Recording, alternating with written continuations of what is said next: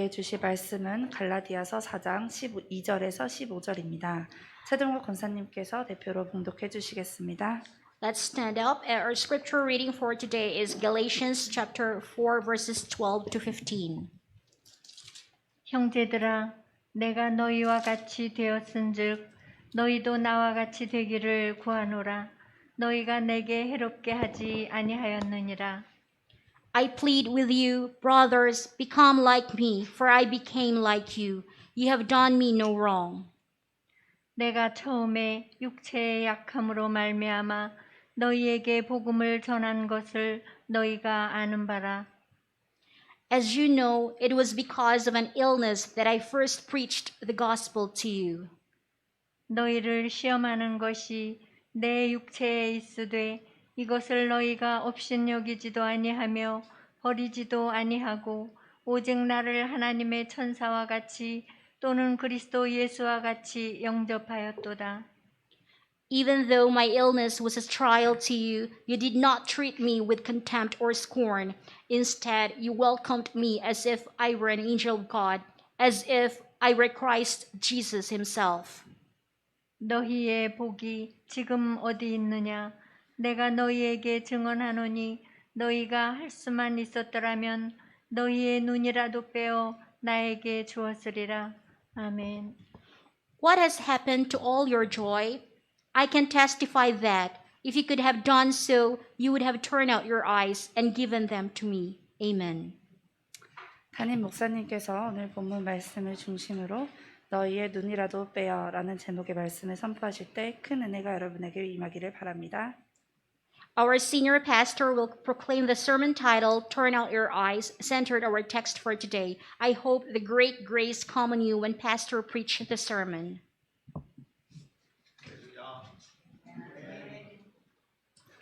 (36도) (37도씨를) 오르내리는 무더운 여름날, 밤에도 푹푹 찌는 열대야 현상이 나타나던 어느 날이었습니다. On a sweltering summer day with the temperatures rising and falling between 36 to 37 Celsius degrees. One day when the tropical night phenomenon was sweltering even at night. 4살짜리 어린 꼬마가 이불에다가 지도를 그렸습니다. A 4-year-old kid threw a map on the blanket. 깨어나서 한참을 고민하던 꼬마가 방 안으로 들어오는 엄마에게 늘어놓는 변명이 이렇습니다. 엄마, 방이 너무 더워서 땀이 내 꽃으로 다 나왔어. 안 웃기신, 격이 떨어지는. After waking up and pondering for a long time, a little boy made the excuse to his mother. Mom, my room was so hot that all the sweat came out through my penis. 말은 인격의 표출입니다. Words are the expression of character. 말이 나쁜 사람이 좋은 사람일 가능성은 희박합니다. It is unlikely that a person who speaks badly is a good person. 사투리가 얼마나 정겹고 맛깔나게 들립니까? How sweet and delicious does the dialect sound? 하지만 인격을 잘 갖춘 사람은 고향을 떠나면 사투리조차도 주의한다고 합니다. It is said, still a person with a personality is careful about even dialect when they leave their hometown. 인격적인 사람은 속어도 가급적 피합니다. Personality people avoid slang as much as possible. 그처럼 말은 골라서도 해야 되지만 또 골라서도 들어야 되는 것입니다. In the same way, we have to choose words, but we also have to choose and listen. 한국 교회를 미숙과 기복주의로 몰아낸 것은 부흥사들의 저질스러운 말도 큰 역할을 했습니다. the vulgar words of the revivalists played a big role in driving the Korean church into immaturity and a mindset that values good luck the most. 설교가 재미가 있으면 흡수력이 빠르지요. In the sermon is interesting, it absorbs quickly. 그래서 유머가 필요합니다. 하지만 사실상 그 유머도 격이 있어야 되죠. So humor is necessary. But in fact, humor must also be classy. 음담패설 또 욕이 섞인 그런 유머는 겉으로는 웃음과 통쾌함을 유발할지 모르겠습니다만은 그것 때문에 인격도 저하됩니다. 영성도 저하됩니다. 신앙의 질도 저하되는 것입니다. Humor mixed with obscenity and swearing may cause laughter and exhilaration. But because of it, personality is degraded. Spirituality is degraded. And the quality of faith is also degraded.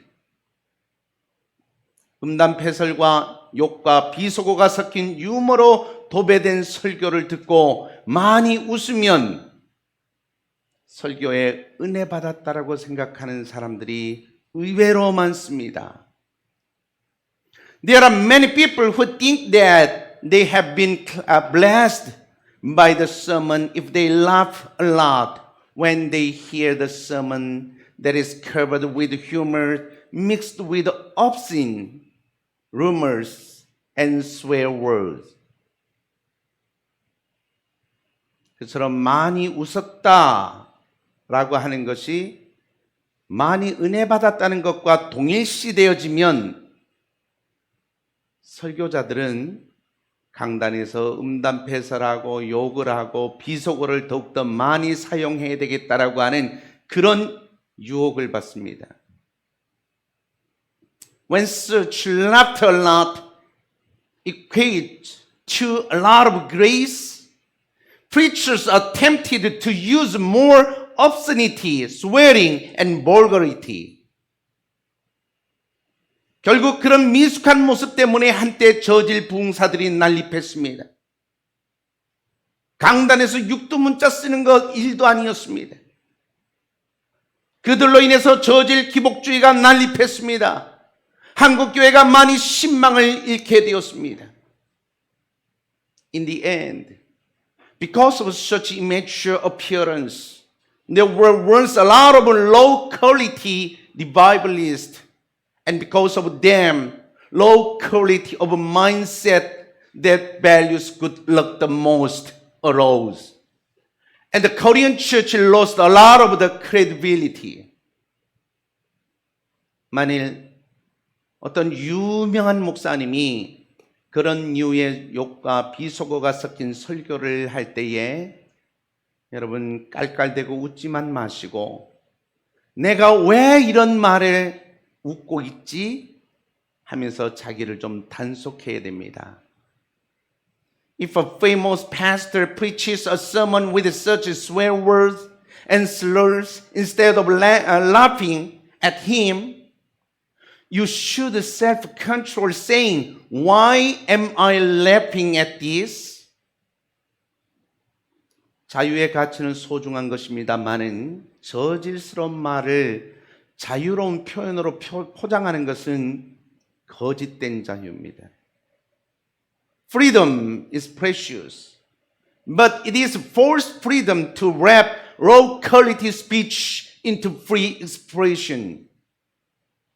그런 거짓 자유는 과감하게 거절하십시오. 잘못된 욕과 비속어가 많은 설교를 들으면서 통쾌함을 느끼지 마십시오.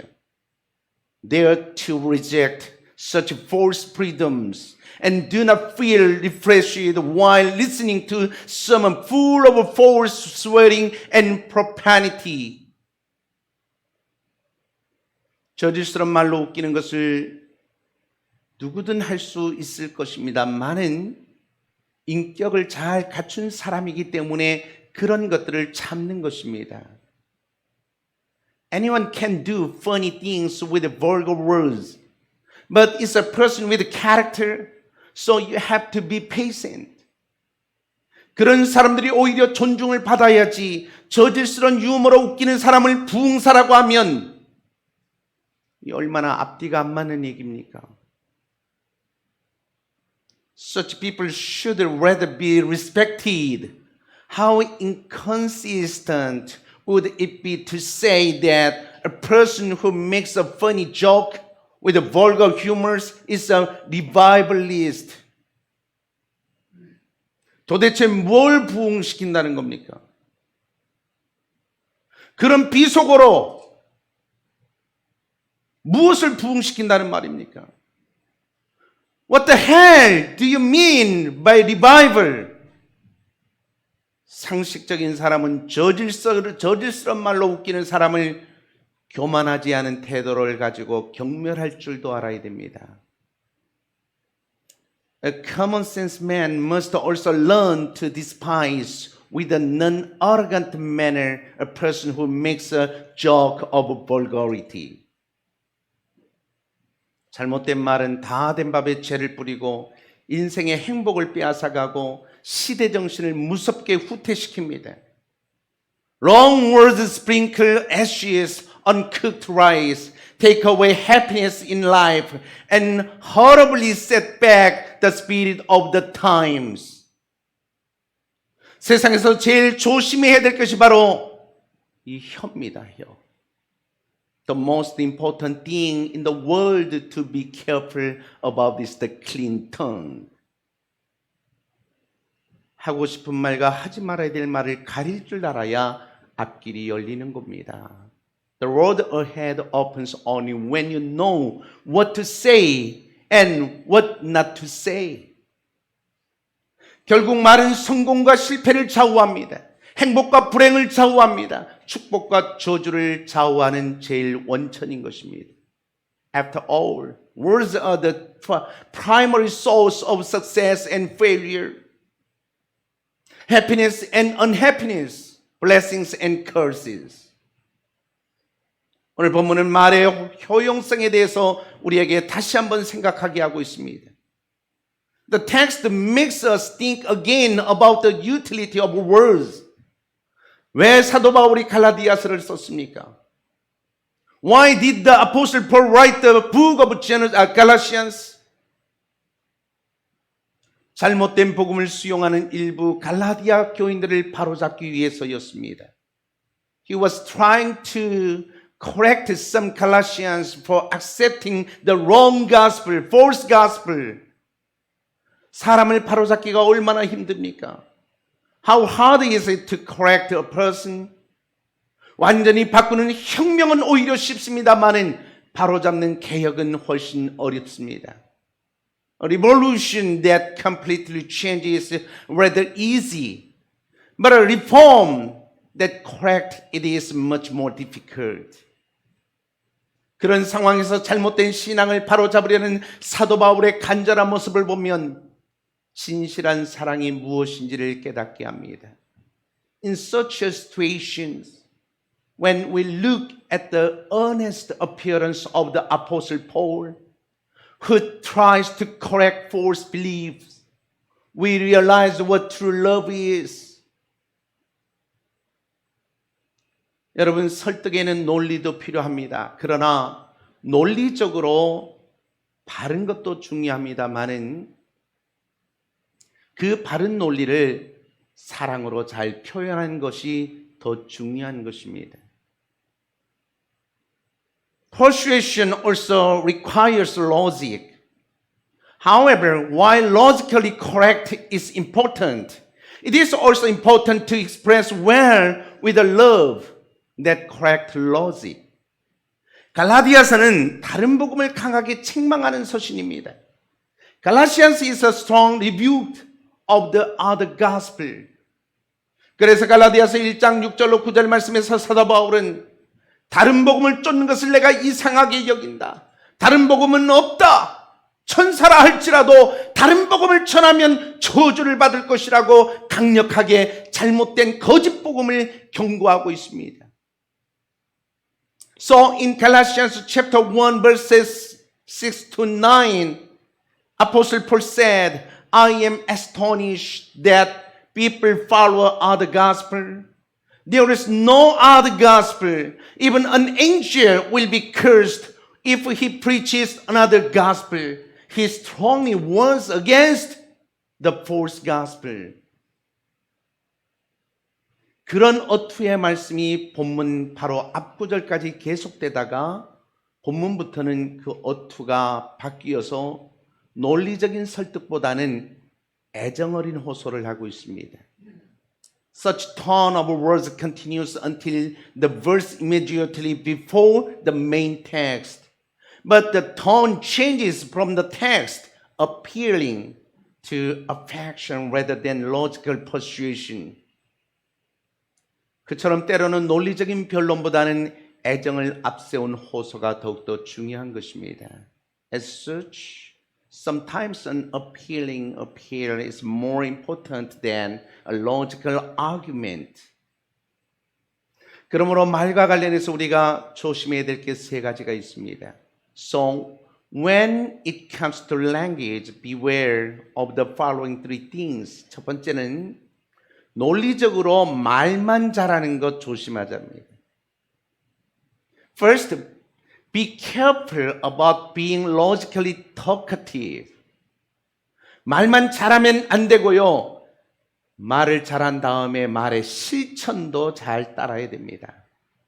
You don't just have to be good at speaking. You have to be good at putting your words into practice. 두 번째는 저질스러운 말 조심해야 됩니다. Second, be careful of vulgar words. 저질스러운 말을 한다는 것은 그 사람의 인격도 저질스럽다는 얘기입니다. To say vulgarity means to have a low personality as well. 그러므로 일단 말이 거칠고 말을 함부로 하는 사람 할 수만 있다면 멀리 하십시오. So first of all, stay away from people who are rough and talkative as possible. 말은 인격과 사람됨의 표현입니다. Words are an expression of character and personhood. 그러므로 저질스러운 말 하지도 마십시오. 저질스러운 말 하는 사람 가까이도 하지 마십시오. Therefore, do not speak vulgarly and do not come close to people who speak vulgarity. 세 번째, 회방하는 말 조심하십시오. Third, be careful of slanderous words. 어떤 말은 진리를 내세우는 말 같은데 사실상 더 큰 진리를 회방합니다. Some words seems to promote to truth, but in fact blaspheme a great truth. 어떤 말은 의로운 말 같아 보이는데 사실상은 더욱 큰 의를 회방하는 말입니다. And some words that sounds righteous, but in fact blaspheme a great righteousness. 그러므로 바른 말을 하는 것 이상으로 중요한 것은 바른 말을 바르게 표현하는 것입니다. Therefore, what is more important than saying the right words is to express the right words correctly. 바른 말을 하면서 누군가의 마음을 나누게 한다면 바른 말이 바람직한 말은 되지 못합니다. If you divide the heart of someone by saying the right words will not become desirable words. 바른 논리의 수준을 넘어서서 바른 말도 적절한 때에 사력 있게 표현하는 것이 진짜 사랑의 말입니다. Real love is going beyond the level of right logic and expressing the right words at the right time and thoughtfully.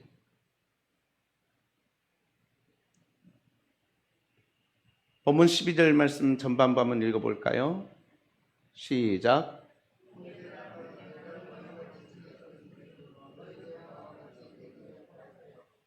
아멘. Let us read the first half of verse 12 together.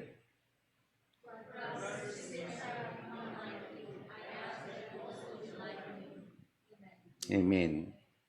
사랑의 가장 위대한 표시는 바로 상대방처럼 되는 성육신입니다. The greatest sign of love is the incarnation of becoming like the others. 다른 사람의 입장이 되어보면 충분히 이해가 됩니다. If you put yourself in the other person's position, it's completely understandable. 이런 인디언 속담이 있지요. 신고의 신을 신고 신내를 가보지 않은 사람은 충고할 자격이 없다. There is an Indian proverbs like this. Anyone who has not traveled 10 miles in the shoes of a friend has no right to give advice. 남의 입장이 되어보지 않으면 진정으로 사랑하는 것이 아닙니다. If you don't put yourself in someone else's shoes, you don't truly love. 자녀들을 사랑하면 언어까지 자녀들이 하는 언어처럼 변합니다. If you love your children, even your language will change like your children. 아이들을 너무 사랑하기 때문에 아이들 수준으로 같이 놀아주는 거지요. Because you love children so much, you play with them at a children's level. 그처럼 상대방과 같아지는 것이 바로 사랑인 것입니다. To become like the others, like that is love. 그처럼 같아지면 비로소 상대방이 이해가 되는 것이요. Only when they become like that can the other person understand. 사역자와 성도의 관계에서도 이런 이해가 필요합니다. Understanding the relationship between ministers and saints is also necessary. 사역자는 자기가 평신도였을 때를 생각해야 됩니다. A minister must think back to when he was a layman. 그러면 성도의 심정을 충분히 이해할 수 있습니다. Then he can fully understand the heart of the saint. 반대로 성도도 사역자의 심정을 최대한 이해해 줘야 됩니다. Conversely, saint must understand the feelings of the minister as much as possible. 사역자 경험은 없을지라도 이제까지 살면서 어떤 공동체의 리더 위치에 있었던 때를 한 번만 되돌아보아도 사역자의 고충을 충분히 이해할 수 있게 되겠지요. Even if you do not have any pastoral experience, you can understand the difficulties of a leader by looking back at the time when you have been in the position of the leader in your lives. 그처럼 내 편이 아닌 상대편의 입장에서 보는 이해의 깊이가 바로 사랑의 척도인 것입니다. The depth of understanding viewed from the other side point of view, not mine, is the measure of love. 본문 13절로 14절 말씀 한번 읽어보겠습니다. 시작.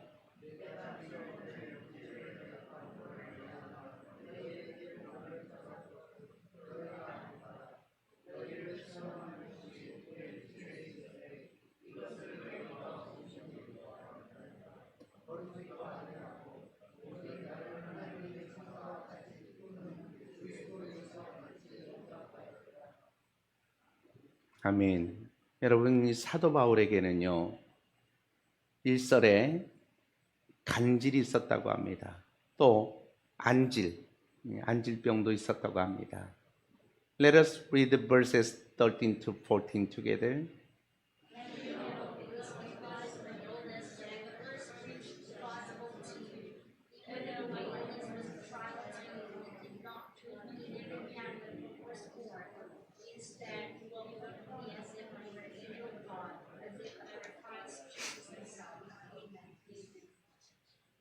It is said that the Apostle Paul had epilepsy and he also has eye disease. 그래도 갈라디아 교인들은 그런 정말 좋지 않은 병이잖아요. 그런 좋지 않은 병을 가지고 있는 이 사도 바울을 업신여기거나 버리지 않았습니다. 오히려 하나님의 천사나 예수님처럼 그를 영접했습니다. Still, the Galatians did not despise him or forsake him, but revived him like an angel of God or Jesus Christ. 그리고 더 나아가 할 수만 있었으면 그들의 눈이라도 빼어주려고 했다는 것입니다. And if it was possible, they even tried to turn out their eyes. 그처럼 누군가의 약점과 허물을 덮어주는 것이 바로 사랑인 것입니다. It is love that covers someone's weakness and fault like that. 특히 상대방이 부끄럽게 감추려고 하는 것들이 있겠지요. 그것을 까발리지 말고 그것을 아니 겹겹으로 감싸 주십시오. In particular, cover anything that the other person is shy about hiding in several layers. 할렐루야. 누군가의 약점을 그를 내 뜻대로 움직이게 하는 이용거리로 삼는다면 그 사람은 그의 가슴에 한을 심게 되는 것입니다. If you use someone's weakness as an advantage to get him to move according to your will, you plant resentment in his heart. 그러므로 약점을 덮어주고 약점을 모른 채 해주십시오. So cover up his weakness and ignore them. 배우자 때문에 일이 잘못되었을 때 그럴 때 여러분 슬쩍 모른 척 넘어가 주십시오. When things go wrong because of your spouse, just pretend you don't know. Just you pretend you don't know. Yes? 그 상황에서 당신 때문이라고 따지면서 배우자의 길을 꺾어 놓으면 상처만 남게 됩니다. In this situation, if you break the spirit of your spouse, arguing that it is because of you, it will only leave a scar. 그 상처가 깊어지면 한이 되는 거예요. As the scar deepens, it becomes resentment. 결국 배우자의 불행은 가정의 불행이 되고 자신의 불행이 되는 것입니다. In the end, the misfortune of the spouse becomes the misfortune of the family and the misfortune of oneself. 다이아몬드 반지를 선물하는 것이 사랑이 아니요. 그 사람의 입장을 이해해주고 배려해주고 덮어주는 것이 사랑인 것입니다.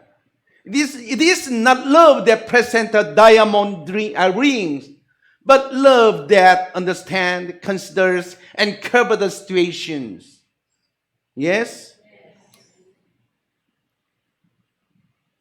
그처럼 다른 사람을 배려하고 덮어주는 사랑의 교감이 있어야 그 인생은 훨씬 가치가 있는 것입니다. Life is worthwhile only when there is a communion of love that cares for and covers others.